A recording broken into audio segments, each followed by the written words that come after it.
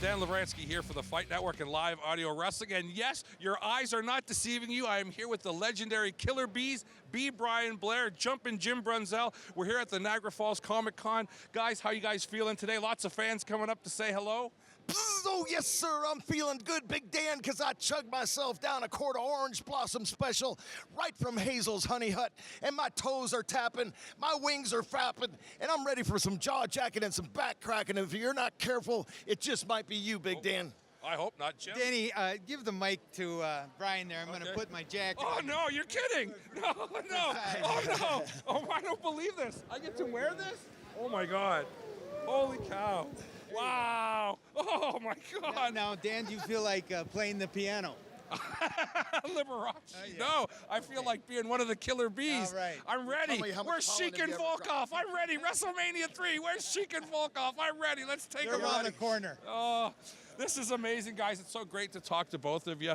Speaking of Sheik and Volkov, I know WrestleMania 3, that was a huge match for you. And the Sheik, he's kind of popular again nowadays. He had this documentary done about him and all this kind of stuff. And he did a bit of a tirade on you, Brian, and I was always kind of wondering why the Iron Sheik would go after such a nice guy like B. Brian Blair and say all those nasty things that I can't even say in mixed company. It's because Sheik thinks he's the best wrestler in the world, and I stretched him in Hershey, Pennsylvania, and made him kiss his own gonads. And so he's been pissed about that ever since. But that's okay. When Sheik, if there was a way for that crippled old man to get in the ring with me, if I had to tie both hands, both feet, whatever I had to do, I would love to have a slap contest with my tongue, with my head, whatever it took, because the old man just runs his mouth too much.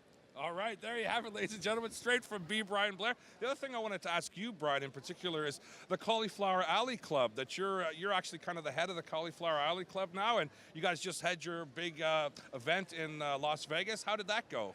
It went great. We have over 8,000 members. We had about 1,000 active members, and it's the largest philanthropy for wrestling in the whole world. I mean, we help thousands.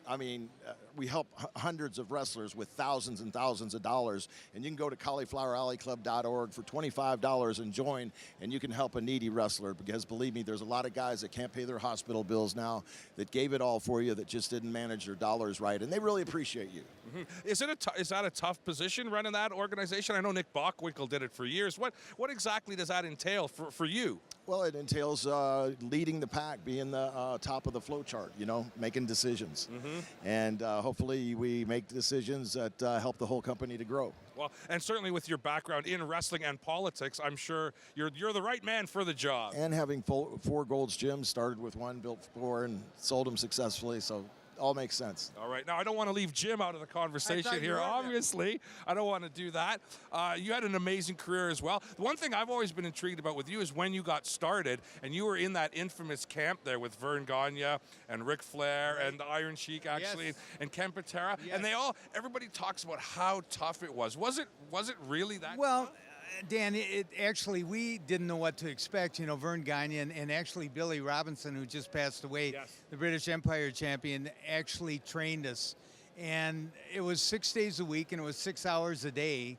And most of it was submission holds, and very little of it was geared for professional wrestling. So, at the end of the day, we were pretty sore, and this went on for a number of weeks, and then all of a sudden we started wrestling, and you look at that group, and every one of us had an amazing career. You just look at Ric Flair and Kenny Patera and the Iron Sheik, as I call him, and myself. So and Greg Gagne too. So it was a great camp, and I have a lot to be thankful for Vern and what he did for all of us. Yeah. Now, not that I would ask you to ever compare partners, but you did work with Greg Gagne, Vern's son, in the AWA. Yes. How did that? That's the High Flyers. How did that work out? Well, it was great. We had an opportunity in the AWA to have a lot of talent. And one thing different about the AWA and the WWE is you had time to enjoy yourself. In WWE, you wrestled 27 days a month.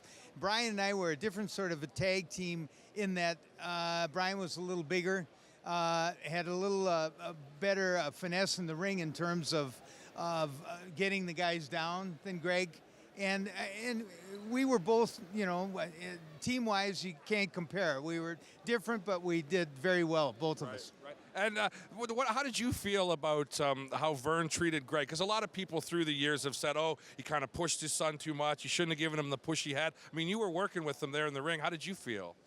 Well, it's always hard to be the son of a legendary professional wrestler, and I felt bad for Greg because no matter where he went, he had the stigma of being, Vern Gagne's son. That's pretty hard to live up to. His dad was a 4-time All-American, twice NCAA heavyweight champion, and an alternate on the Olympic team, and plus one of the greatest pro wrestlers ever. So it's pretty hard, but he did a great job. Greg was exceptional in the ring. He had great timing, great on interviews, and very athletic. And he was a tough son of a gun, too, for 200 pounds. Right.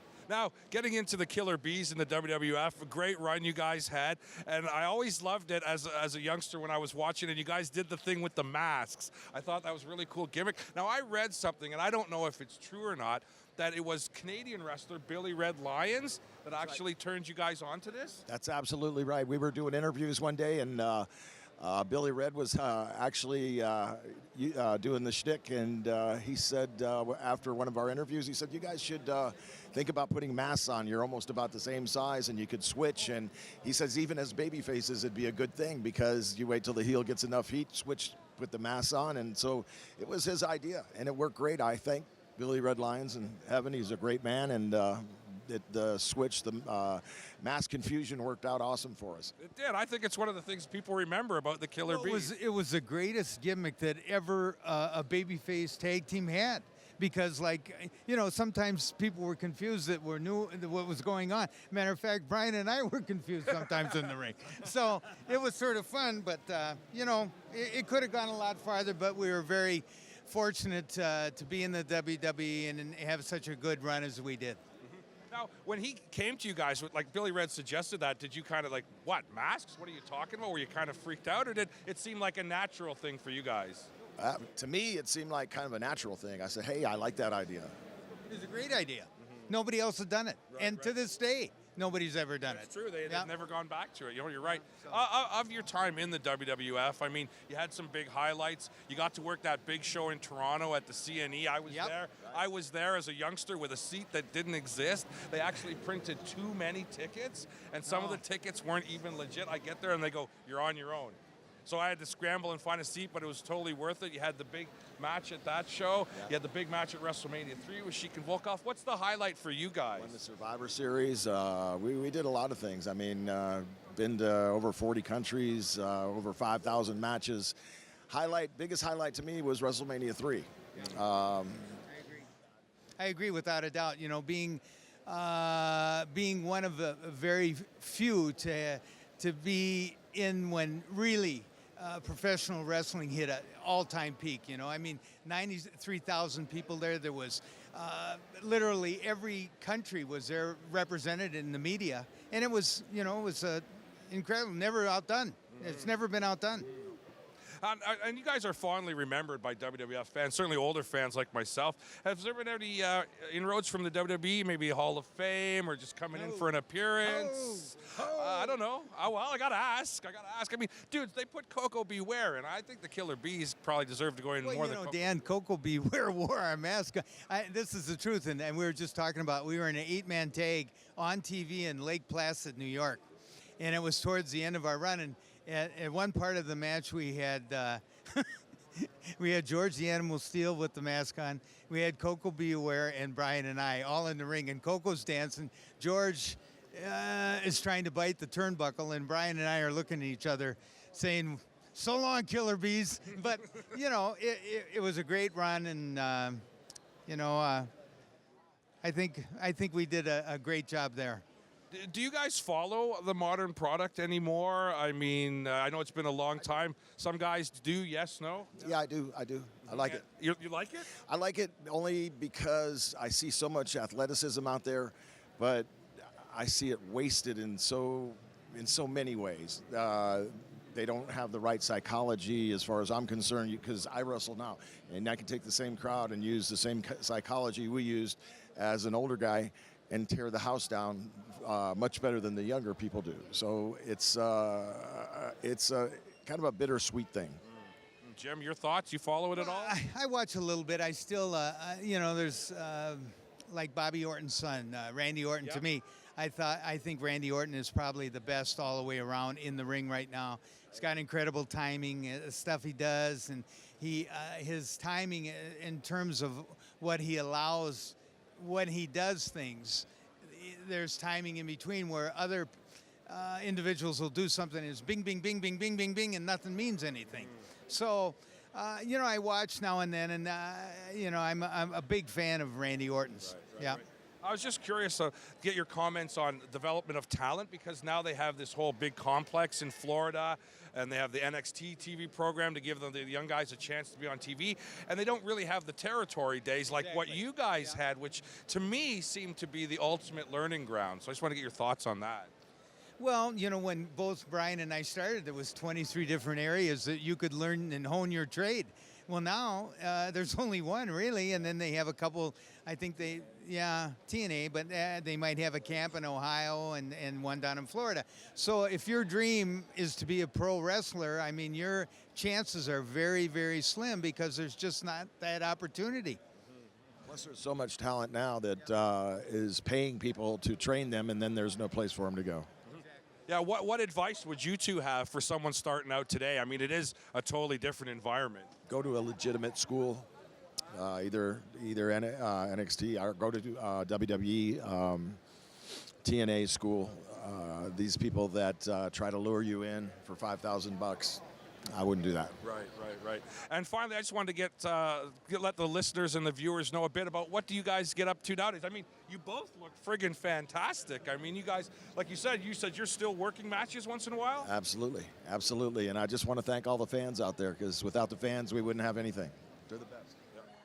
Yeah, I've been in sales for the last 15 years, and something that I've done in Minneapolis, and my name has helped me considerably. So, I'll probably work a couple more years, and we really look forward to getting together, Brian and I, for things like this. And it's always fun to commiserate with our old fans. We were a part of their lives, they were a part of us. So. Yeah. Do you ever get every once in a while when you introduce yourself as Jim Brunzell and someone goes, "Jumping Jim Brunzell"? You can tell a wrestling fan because all of a sudden they'll see you and they'll sort of stalk you around, like if it's at Target or if it's at a ball game, all of a sudden they'll say, "Hey, I know that guy," And I actually, this is a true story. I wrestled Greg Valentine towards the end of my career, and we had to wrestle outside, and we had to share a grandstand restroom. And I tried to cover up so nobody recognized me, and I went into the stall, and I had a little kid next to me crawl under the stall with his autograph pad and say, "Jumpin' Jim, can I have your autograph?" Oh, that's awesome. Needless to say, I said, "Son, if you wait until I'm done," I said, "I'll get you outside," and I did sign it, but that's the strangest autograph request I ever had. That's awesome. Well, thanks again, guys, for talking with us. I really appreciate it, and it's great to see you both in such great shape and looking so good. And thanks for letting me wear the jacket. That was pretty spiffy. That's awesome. Yeah, all right. Thanks.